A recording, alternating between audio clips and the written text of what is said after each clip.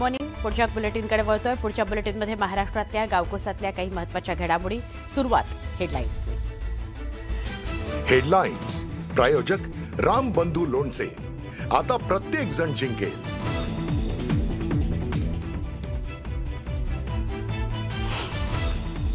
शिवसेना उबाठा आणि मनसे युतीचा वचननामा जाहीर होणार. दुपारी 1 वाजता शिवसेना भवनात राज आणि उद्धव ठाकरेंची एकत्र पत्रकार परिषद.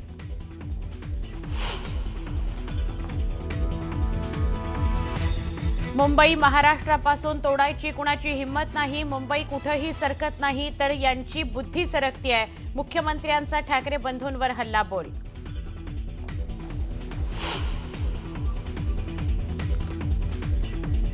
बकासुराच्या तावडीतून मुंबई सोडवायची आहे.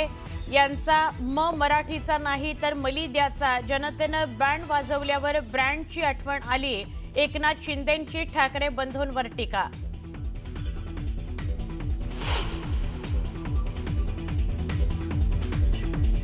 पुणे पालिकेच्या निवडणुकीमध्ये गुंडांच्या घरात तिकीट देण्यावर अजित पवारांनी झटकले हात. गुन्हेगारानं एखादा गुन्हा केल्यास कुटुंबाचा काय दोष? अजित पवारांचा उलट सवाल. मी तर देवेंद्रजींना नेहमी खासगीत सांगायचो, साहेब थोडासा विचार करा.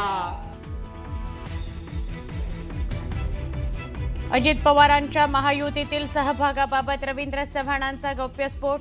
पालिका निवडणूक प्रचारात महायुतीत धुमशान. पण आमच्याकडे आहेत आणि गृहमंत्री पण आमच्याकडे आहेत. त्यामुळे दमात घेऊ नका आणि हलक्यात पण घेऊ नका. चंद्रकांत पाटलांचा अजित पवार यांना थेट इशारा.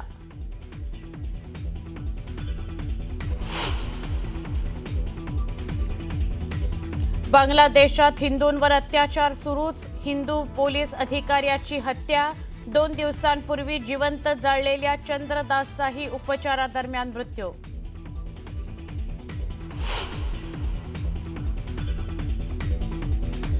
डोनाल्ड ट्रम्प यांनी केला व्हेनेझुएलावर ताबा मिळवण्याचा दावा. अध्यक्ष मादुरोना यांना बनवलं बंधक. हुकुमशहाला हटवण्याकरता कारवाई केल्याचा ट्रम्प यांचा दावा.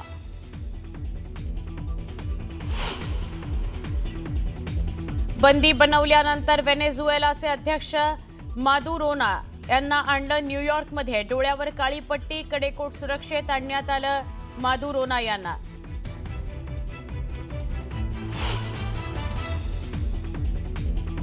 न्यूझीलंड विरुद्धच्या सामन्यांसाठी भारतीय संघाची घोषणा. गिल कर्णधार तर श्रेयस आणि सिराजचं पुनरागमन. बुमराह आणि हार्दिकला विश्रांती.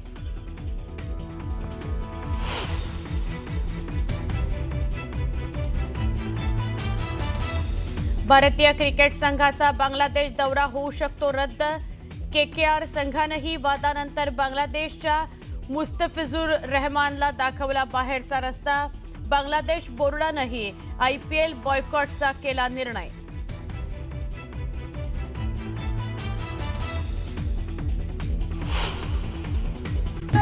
आणि बातमीपत्राच्या सुरुवातीलाच मोठी बातमी. मुंबई महापालिका निवडणुकीसाठी सर्वच पक्षांनी मोर्चे बांधणी सुरू केली आहे आणि दोन्ही ठाकरे बंधू आज आपला वचननामा जाहीर करणार आहेत. दुपारी 1 वाजता दोन्ही ठाकरे बंधूंची पत्रकार परिषद होणार आहे. यावेळी उद्धव ठाकरे आणि राज ठाकरे पुन्हा एकत्र दिसणार आहेत. ठाकरे बंधूंचा मुंबईकरांसाठी नेमका काय अजेंडा असणार आहे? कोणत्या मुद्द्यावर निवडणूक लढली जाणार आहे? कोणत्या प्रश्नांकडे लक्ष दिलं जाणार? हे वचननाम्याच्या माध्यमातून पाहायला मिळणार आहे. यावेळी शरद पवारांच्या राष्ट्रवादीचे प्रदेशाध्यक्ष शशिकांत शिंदे देखील उपस्थित असणार आहेत.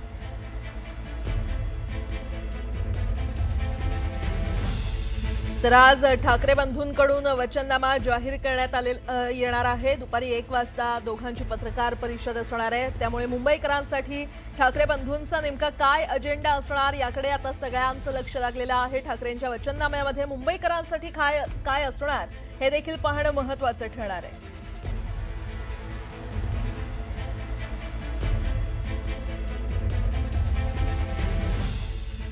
मुंबई महानगरपालिकेच्या प्रचाराचा नारळ आज भाजप आणि शिवसेनेनं खरं तर कालच फोडला आणि वरळीमध्ये महायुतीची प्रचार सभा काल पार पडली. यावेळी मुख्यमंत्री देवेंद्र फडणवीस आणि एकनाथ शिंदेंनी ठाकरे बंधूंवर सडकून टीका केली आहे. मुंबई तोडण्याच्या भाषेवरून मुख्यमंत्र्यांनी विरोधकांना सुनावलंय. मुंबई तोडण्याची हिंमत कुणाच्या बापात नाही असं फडणवीस म्हटलेत. मुंबईचा महापौर हिंदू आणि मराठीच होणार असं फडणवीस म्हणालेले आहेत. तर शिंदेंनी कवितेतून ठाकरे बंधूंवर निशाणा साधलाय. जनतेनं बँड वाजवल्यावर आता यांना ब्रँड आठवलाय असा टोला शिंदेंनी ठाकरेंना लगावलाय.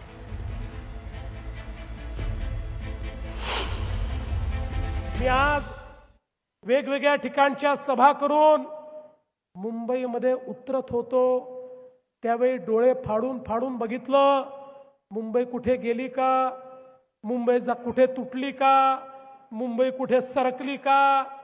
मला तर मुंबई तिथेच दिसली. पण निवडणूक आली की काही लोकांना मुंबई उत्तरेकडे सरकताना दिसते. अरे तुमची बुद्धी सरकते, मुंबई सरकत नाही. मुंबई तिथेच असते.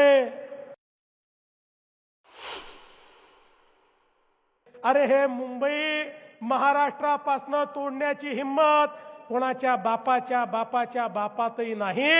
आणि आमच्या सोबत तर या ठिकाणी हिंद हृदय सम्राट शिवसेना प्रमुख बाळासाहेब ठाकरेंचा ढाण्या वाघ एकनाथ शिंदे देखील आहे. परवा वारिस पठाण बोलून गेले, मुंबई में बुरखे वाली मेयर बनेगी. आम्हाला वाटलं आता मराठी माणसाबद्दल बोलणारे तुटून पडतील, पण मला समजलंच नाही. अचानक भोंग्याचे सेल डाऊन झाले. सकाळ इतकी वर्ष मुंबईला भ्रष्टाचाराची मगरमिटी पडली होती, आता हे सोडवायची आहे ना. आणि म्हणून आपल्याला या मगरमिटीतून मुंबईला आणि मुंबईकरांना सोडवायचं आहे. बकासुराच्या तावडीतून मुंबई बाहेर काढायची आहे ना. कोणी बकासूर होता? त्यासाठी शिवसेना भाजपा महायुतीचा बलभीम सज्ज झालेला आहे. कोणी माईकाला आला तरी, कुणाच्याही सात पिढ्या खाली आल्या तरी मुंबई महाराष्ट्रापासून वेगळी होऊ शकत नाही. मुंबईकरांना आता भावनेचं राजकारण नको आहे, त्यांना विकासाचं राजकारण पाहिजे. भावनेवर तुम्हाला आता निवडणुका जिंकता येणार नाही. तुम्हाला द्यावं लागेल, लोकांना विकास करून दाखवावं लागेल. आणि म्हणून मुंबईकरांना विकासाचे मारेकरी नकोत, मुंबईकरांना विकासाचे वारकरी पाहिजे. बदलली आहे परिस्थिती आता. आपल्या लाडक्या बहिणी आणि लाडके भाऊ, लाडके मुंबईकर, या लाडक्या मुंबईवर महायुतीचा भगवा फडकवल्याशिवाय राहणार नाहीत, हा विश्वास आपल्याला सगळ्यांना. आणि महायुतीचाच भगवा फडकणार मुंबईवर, महायुतीचा भगवा फडकणार आणि मुंबईचा महापौरही मराठीच होणार. ही काळ्या दगडावरची भगवी रेग आहे. मराठी माणसासाठी एकत्र आल्याची दवंडी पिटवतायत. मग 20 वर्षापूर्वी तुम्ही कुणासाठी वेगळे झाले होतात, कशासाठी वेगळे झाला होतात, ते पण एकदा सांगून टाका. त्यामध्ये तुमचा स्वार्थ होता, अहंकार होता. आणि आता जनतेने बँड वाजवल्यावर ब्रँडची आठवण आली. पण खरा ब्रँड कोण आहे? खरा ब्रँड फक्त आणि फक्त बाळासाहेब खरा ब्रँड आहे. यांचा मराठीचा नाही, मलिद्याचा आहे, मतलबाचा आहे, मुजोरीचा आहे. वरून कीर्तन आतून तमाशा म्हणतात तसं यांचं काम आहे ना, बरोबर. आणि म्हणून आमचं तसं नाही.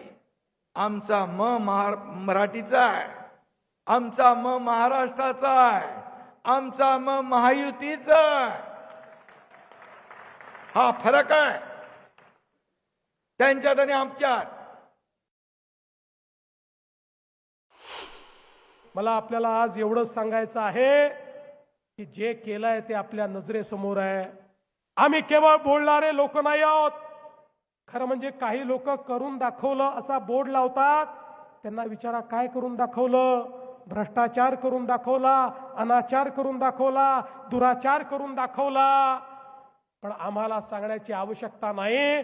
आमच्या कामाची जीती जागती स्मारक या संपूर्ण मुंबईमध्ये आपल्याला पाहायला मिळत आहेत. मी तुम्हाला आज सांगतो, आमचा हा संकल्प आहे, यापुढे मुंबईतला मराठी माणूस मुंबईच्या बाहेर जाणार नाही. त्याला इथेच घर देऊ, त्याला मोठं घर देऊ. या ठिकाणी मुंबईकरांचं जे स्वप्न आहे घराचं ते आम्ही पूर्ण करू. आणि एवढंच नाही तर मुंबईच्या झोपडपट्टीमध्ये राहणारा जो व्यक्ती आहे त्या प्रत्येकाला आम्ही घर देऊ. तुम्ही नेहमीच सांगता माझ्या महानगरपालिकेमध्ये 70,000 कोटी रुपयाच्या फिक्स डिपॉझिट केले आहेत. अरे त्या फिक्स डिपॉझिटच्या रसीदी आम्ही चाटायच्या का? अरे ज्यावेळी माझा तो गिरणी कामगार त्या ठिकाणी मुंबईच्या बाहेर जात होता, ज्यावेळी त्याला त्या ठिकाणी रस्त्यावर आणण्याची वेळ होती, अरे त्या 70,000 कोटीतले 2-3 हजार कोटी जरी खर्च केले असते तरी माझ्या गिरणी कामगाराला याच मुंबईमध्ये त्याचं हक्काचं घर मिळालं असतं. आम्हाला कागद आणि रसीदी चाटण्याकरता त्या ठिकाणी सत्ता नको आहे. आम्हाला जिवंत माणसाची सेवा करायची आहे. जिवंत माणसाला त्याचं हक्काचं घर हे त्या ठिकाणी मिळवून द्यायचं आहे. मीरा भाईंदरच्या राजकारणात सध्या भाईजान आणि मियाभाई या शब्दांवरून आरोप प्रत्यारोप सुरू झालेत. भाजपचे आमदार नरेंद्र मेहता यांनी शिवसेना नेते प्रताप सरनाईक यांना भाईजान असं संबोधलं. प्रताप सरनाईकांचा शिवसेना उबाठा पक्षाला छुपा पाठिंबा असल्याचा आरोप नरेंद्र मेहता यांनी केलाय आणि त्यामुळेच त्यांनी प्रताप सरनाईक यांना भाईजान अशी उपमा दिली. यावर मेहतांना मियाभाई म्हणत प्रताप सरनाईकांनी देखील आमदार नरेंद्र मेहता एमआयएमला छुपा पाठिंबा देत असल्याचं म्हटलंय. खरंच नरेंद्र मेहताजींचा आभार व्यक्त करायचा आहे. मला बजरंगी भाईजान बोलले कारण मी हनुमानाचा निस्सीम भक्त आहे. हे मंदिर त्यांच्या लोकांनी तोडायचा प्रयत्न केला आणि ते मंदिर मी वाचवलं. आणि त्याचबरोबर आता इकडे मोठा संकल्प केला, मंदिर तो हम बचाएंगे, पण हे मंदिर सुद्धा आम्ही मोठं बनवणार. आणि म्हणूनच आमच्या प्रचाराचा शुभारंभ या ठिकाणी केला. ते जर मला बजरंगी भाईजान म्हणत असतील तर मला त्या गोष्टीचा आनंद आहे. पण एक गोष्ट मात्र नक्की, त्यांनी एमआयएम बरोबर युती केल्या नाही, ते मात्र नरेंद्र भाई मियाभाई झालेले.